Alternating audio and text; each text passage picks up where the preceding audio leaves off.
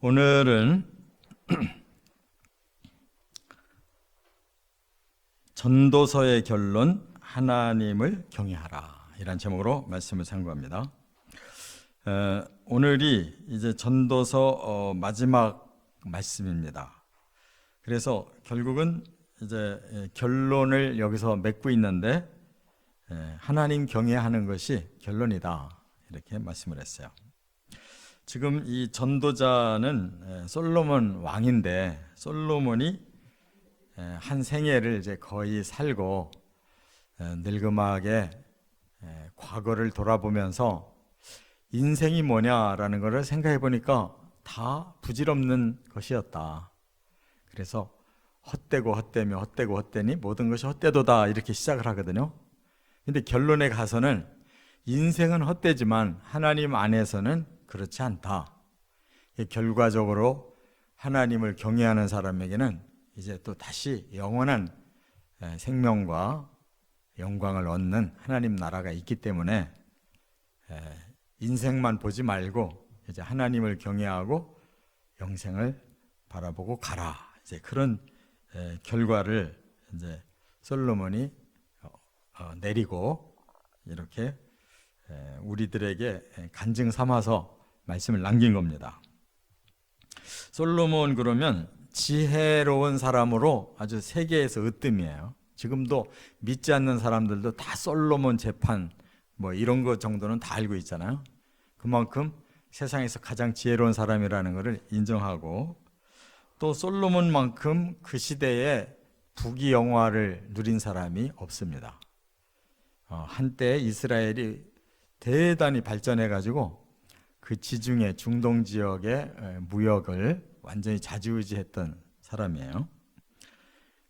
그래서 뭐 정치도 또 이런 경제도 주도권을 잡았던 그런 시대가, 그러니까 말하자면 세상적인 능력은 다윗 시대보다도 솔로몬 시대에 더 크게 하나님이 이스라엘을 쓰신 때가 있었습니다. 그런데 솔로몬이 이렇게 좀 인생에 대한 허무주의에 빠지고 또 끝에 가서 이제 하나님 경외해라라는 좀 서글픈 이 유언 같은 교훈을 남기고 이제 끝이 난 걸 보면 그 인생도 그렇게 신앙적으로는 성공한 인생이 아니다, 잘못 살았다 하는 걸 자기 자신이 후회하고 있고요. 그래서 이제 후대의 사람들에게는 그렇게 살지 말아라는 것을 반증적으로 자기 삶을 돌아보고 교훈하고 있는데, 가장 치명적인 것이 바로 아내를 1000명이나 뒀다. 근데 그것이 꼭 뭐 어떤 정욕적인 면보다는 사실은 이렇게 정략결혼, 그래서 각국의 왕족들과 혼인을 해서 이렇게 관계를 가짐으로써 그만큼 뛰어난 외교를 한 것은 인정할 수 있지만, 그는 세상 사람이 아니고 하나님의 사람이었고, 하나님이 너무너무 사랑해서 어린 20살의 왕을 이제 귀하게 쓰려고 그렇게 지혜를 주셨는데 그것을 엉뚱한 방향으로 사용했기 때문에 솔로몬은 영적으로는 성공한 사람이 아닙니다. 우리가 모델로 삼아야 될 사람은 그 아버지 다윗, 또 그 첫 조상 아브라함을 모델로 삼지만 솔로몬은 그런 정도의 사람이 아니에요. 그래서 그가 마지막 남긴 이제 유언 같은 훈계는 뭐냐? 13절. 일의 결국을 다 들었으니, 그러니까 전도서 1장부터 이제 12장까지 자기가 간증하는 모든 내용을 다 듣고 결론을 내렸다, 그 얘기예요. 하나님을 경외하고 그의 명령들을 지킬지어다. 이것이 모든 사람의 본분이니라, 이렇게 말을 하고 끝을 냈어요. 이 본분이라는 것은 도리라는 거죠. 사람의 마땅한 행위, 생각, 이것을 솔로몬 왕이 이제 전하고 끝을 냈습니다. 그래서 어떻게 하나님을 경외해야 되느냐, 이제 3가지로 말씀을 하고 있어요.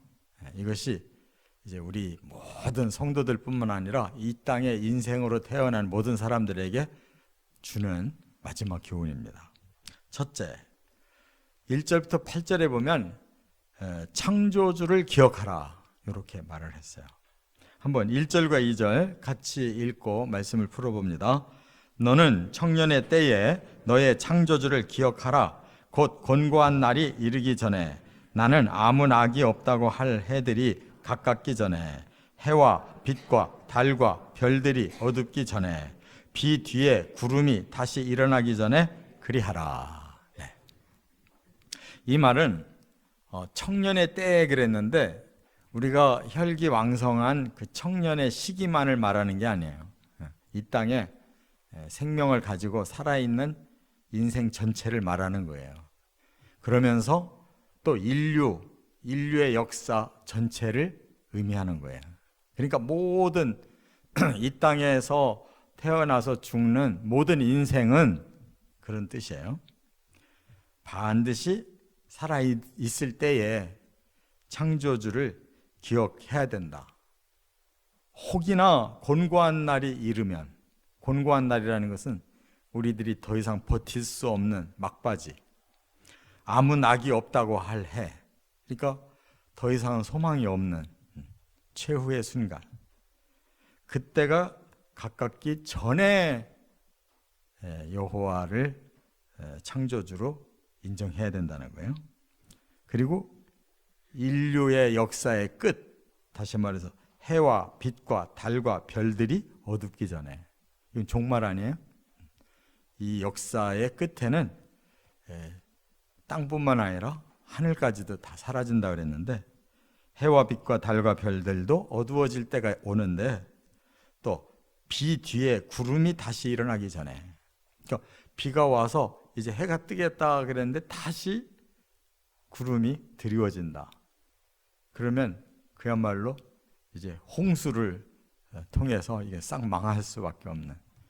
그러니까 솔로몬은 워낙 글을 잘 쓰는 사람이라 이렇게 상당히 이렇게 시적인 문학적인 문구를 썼지만 그 핵심은 하나님이 주신 그러한 영적인 시각을 가지고 있기 때문에 우리 인생들을 의미하고 전 역사를 의미하고 종말의 끝을 다 이렇게 표현하면서 결국은 하나님께 우리가 초점 맞추는 수밖에 없다는 거예요.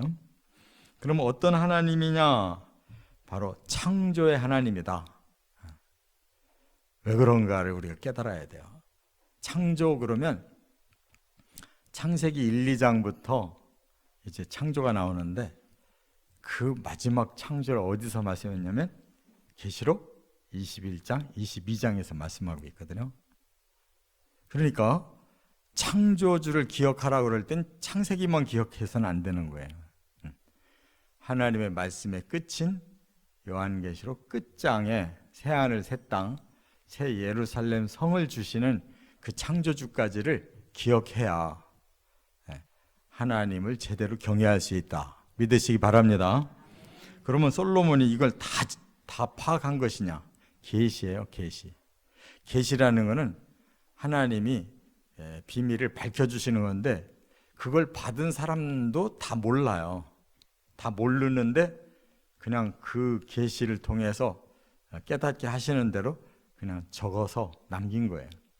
그래서 구약의 많은 선지자들도 그 말씀은 남기긴 했어도 자기들도 모르는 게 많고, 세례 요한도 예수님을 보고 하나님의 어린 양을 봐라 라고 증거를 했지만 나중에는 그 예수가 의문스러워서 당신이 진짜 오실 메시아 맞습니까? 라고 확인할 정도로 사람은 다 아는 게 아니에요. 하나님의 계시만 그냥 받은 만큼 또 전하고 부분적으로 믿는 거예요. 그래서 우리는 어떻게 보면 굉장히 복받은 세대예요. 왜냐? 창세기부터 계시록을 다 우리가 받았고 2000년 동안 하나님께서 계속 인류를 구원하는 가운데 이제 우리는 가장 그 종말의 시대에 태어났기 때문에 그동안 계속 진리의 말씀이 성령으로 깨우쳐져서 성경이 많이 해석이 됐거든요. 이 마지막 시대에 열심만 있으면 모든 진리를 다 습득해서 다 풀어질 수가 있어요. 그러니 얼마나 복 있는 사람들이에요. 제대로 깨달은 하나님이 바로 창조의 시작과 창조의 완성까지를 우리에게 주신 분이라는 거, 그것만 확실히 믿고 하나님을 진정으로 높이고 하나님을 두려워하면 바로 솔로몬이 가르쳐준 그 결론에 우리가 도달하게 될 줄 믿습니다. 그래서 여기 기억하라라고 그랬는데, 이 기억이라는 말은 자카르라고 그래요. 원어가 자카르라는 말은 그냥 머리에 기억한다는 게 아니라 마음에 기억한다는 뜻이에요. 머리에 기억하는 거는 자기의 인격화가 된 게 아니에요. 그냥 지식인 거지. 근데 마음에 기억하는 것은 그 말씀이 내게 완전히 들어와서 나의 인격 속에 그 진리가 새겨져 있는 거예요. 내 삶을 두고 바쳐서 그 하나님을 믿고 따라가는 거. 이게 자카르란 뜻이란 말이에요. 저나 여러분이나 바로 창조주 하나님은 우리를 창조하시고 우리를 완성하시려고 이 놀라운 진리를 주신 거 마음으로 감격하고 마음으로 그 하나님을 경외하며 끝까지 완성하시는 그 나라까지 우리가 소망하고 가야 될 줄 믿습니다. 자, 그런데 여기에는 기회라는 것이 한정되어 있다는 거예요. 창조주를 언제까지나 기억할 수 있도록 기회가 주어지는 게 아니다. 그래서 그렇기 때문에 여기에 청년의 때라고 하는 이 때를 준 거예요. 제가 이제 신약에서도 이 카이로스, 크로노스, 헤메라라는 날의 개념을 말씀을 드렸잖아요. 카이로스가 바로 하나님의 창조의 시작부터 창조의 완성까지의 모든 기간을 의미하는데, 그 기간을 사람들이 놓치면 소용없는 거예요. 그래서 크로노스, 그 때가 반드시 와요, 종말이. 그리고 헤메라, 그 디데이가 반드시 우리 앞에 오는데 그 기회를 놓치면 모든 게 끝이에요. 그래서 그 카이로스의 하나님이 주신 원리를 깨닫고 그 막바지의 그 징조를 우리가 알면 헤메라, 그 디데이는 몰라도 때는 준비할 수 있다는 거. 그것이 우리가 하나님을 경외해야 될 이유인 줄 믿습니다. 그래서 여기에 굉장히 문학적인 표현으로 우리 인생이 어떻게 기회를 잃어버리고 끝장날 수가 있을까를 말씀하고 있는데, 이렇게 말했어요. 집이 무너져 떨고 그랬어요. 우리 몸을 집으로 표현했어요. 이 집이 오래되면 낡아가지고 점점 부서지잖아요. 우리 몸이 그렇게 낡아간다, 그런 뜻이고, 힘이 없어 구부러지고, 이 젊어서는 아주 그냥 빳빳하게 힘주고 살 수가 있는데 이 나이가 들면 전부 구부러져요. 다 우리 인생들이 기력이 소멸된다는 뜻이고, 맷돌질이 그치고, 이 맷돌은 이게 이빨, 치아를 말하는 거예요. 입으로 씹을 수가 없게 되는 거예요. 또 뭐라고 그랬어요? 창이 어두워지고, 우리 이 사람의 눈이 창이잖아요. 이 눈이 점점 어두워져요. 저도 수술했어요. 참 서글프잖아요. 또 문이 닫히고, 문이 닫힌단 말이 듣는 귀가 막힌다는 뜻이에요. 또 맷돌질이 그치고, 아까 했죠. 또 창이 어두워지고 했고, 문이 닫히고 했는데, 그 다음에 음악하던 여인이 쇠하여지고 그랬어요. 음악이라는 거예요. 음성이잖아요. 음악하던 여인이 쇠해져서 더 이상 소리가 안 나온다, 그런 뜻이에요. 높은 곳을 두려워한다. 뭔가 다리에 힘이 있어야 뭐 올라가는데 도무지 힘이 빠져서 걸을 수가 없는 거예요. 살구꽃이 폈다. 살구꽃이 무슨 색깔이에요? 이런 색이 이런 하얀색 살굽고 싶어가지고 머리가 허해졌다 그 말이에요. 메뚜기도 짐이 된다 이 말을 봐요. 조그마한 메뚜기도 감당할 힘이 없는 거예요. 그거는 완전히 쇠약해졌다. 정욕이 그친다. 마지막 정욕이 뭘까요? 먹는 거. 근데 그 마지막 물 한 모금까지도 안 넘어가면 끝난 거예요. 이렇게 지금 솔로몬이 아주 문학적인 표현으로 우리가 기회를 잃는 그 순간을 이렇게 표현했단 말이에요. 그때가 되기 전에 알아야 된다, 하나님을. 두 번째, 9절부터 12절까지 보면 진리의 말씀으로 경계를 받으라 그랬어요. 하나님을 잘 경외하려면 하나님에 대한 계시의 말씀을 잘 알아야 돼요. 12절 어떻게 알아야 되는지 같이 읽어보죠.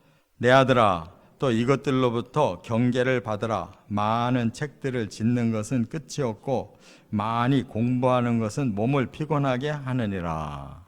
이게 무슨 뜻이냐 하면 진리를 아는 거하고 공부해서 지식을 쌓는 거는 다른 거라는 거예요. 솔로몬도 누구보다도 책을 많이 썼고 많이 책을 연구한 사람인데 결론은 뭐냐? 그거 피곤할 뿐이다. 꼭 알아야 될 거 아니다. 뭘 알아야 되겠어요? 하나님의 진리를 알아야 된다는 거예요. 그러니까 뭐 별의별 걸 다 공부해가지고 그냥 머리에 막 가득하게 쌓아놨는데 진리를 모르면 그 사람 길을 모르는 거야. 생명을 모르는 거라고. 그 세상에 필요 없는 지식만 잔뜩 쌓다가 그냥 너무 피곤해 죽는 거라고. 그래서 우리는 꼭 필요한 진리를 아는데 우리 인생을 마지막 잘 바쳐야 될 줄 믿습니다. 그래서 제 이제 친구 목사님들이 서서히 은퇴를 하면서 은퇴 전에는 은퇴하고 나면 뭘 할까 많이 연구들을 하더라고요. 근데 하고 나서 이렇게 사시는 거 보니까 전부 다 할 게 없대. 뭐 굉장히 뭐 해보려고 의욕을 많이 부리던 분들이 하나도 하는 게 없대요. 그래서 저는 평소에 취미라는 게 없어요. 그냥 기본적인 건강을 위해서 조금 걷는 거나 그 이후에 시간이 있으면 성경책밖에 공부한 게 없어요. 다른 실력도 없고. 그래서 이제 은퇴를 하면 그동안 많이 설교를 하고 전부 글로 남겨놨는데 또 영상으로 남겨놨는데 그거나 실컷 보고 듣고 하다가 하나님 앞에 가야 되겠다. 그게 제일 좋은 취미가 되겠다. 뭐 제 자신이 설교를 했으니까 또 이 애착도 있지만은 혹시라도 또 누가 한 번이라도 듣거나 보고 은혜 받아서 구원 받는다면은 저는 그것만 잘 해도 보람이 있을 것 같아요. 뭐 혹시 알아요? 저 부산 사람도 하나 믿고 저 북쪽 사람도 하나 믿고 이러면은 이제 나중에 천국 가보면은 알겠지만 은퇴한 후에도 취미생활 겸 하나님 말씀 가지고 살아서 너 좋은 일 잘했다 그러실 것 같아요. 우리가 다른 거는 몰라도 진리에 대해서는 뒷전이 되면 안 될 줄 믿습니다. 그래서 하여간 진리에 대해서는 굉장히 욕심을 내야 돼요. 진리를 알지니 진리가 너희에게 진정한 자유를 준다는 거예요. 죄를 해결하고 저주를 해결하고 천국 길로 인도하고 그 하나님 나라의 그 영생과 영광을 누리는 그 비결인데 거기에 욕심 안 부리고 어디에 부리겠냐고. 그 취미를 가지시고 그 영적 운동을 좀 끝까지 하실 수 있기를 바랍니다. 그래서 여기에 경계를 받아라 그랬어요. 왜 하나님의 말씀 진리가 중요하냐면 경계를 받기 위해서요. 경계가 뭐냐? 경계할 경자, 경계할 개자야. 가끔 한자를 풀어보면은 좀 애매해요. 경계가 뭔지를 몰라서 한자를 보니까 경계할 경자, 경제할 개자야. 그거 어떻게 하라는 거예요, 그러면? 근데 성경 원어는 그렇질 않아요. 뜻으로 돼 있어요. 그래서 자하르라고 그러거든요. 이 진리의 말씀에 대해서 내가 뭘 얻을 거냐? 자하르라는 거예요. 자하르. 경고를 한다는 거예요, 성경은.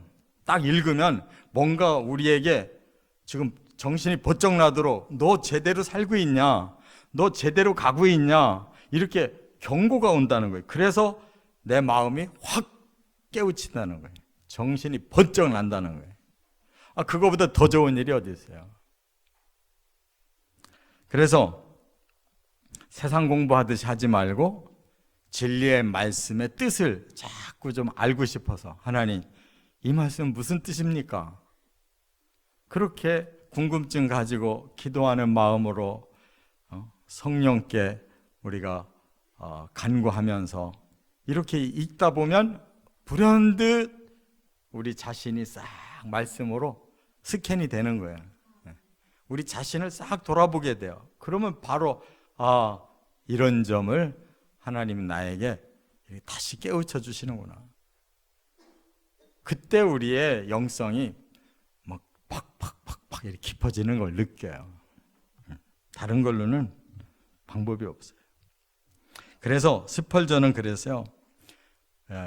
그가 대단히 유명한 설교가였어요. 영국에.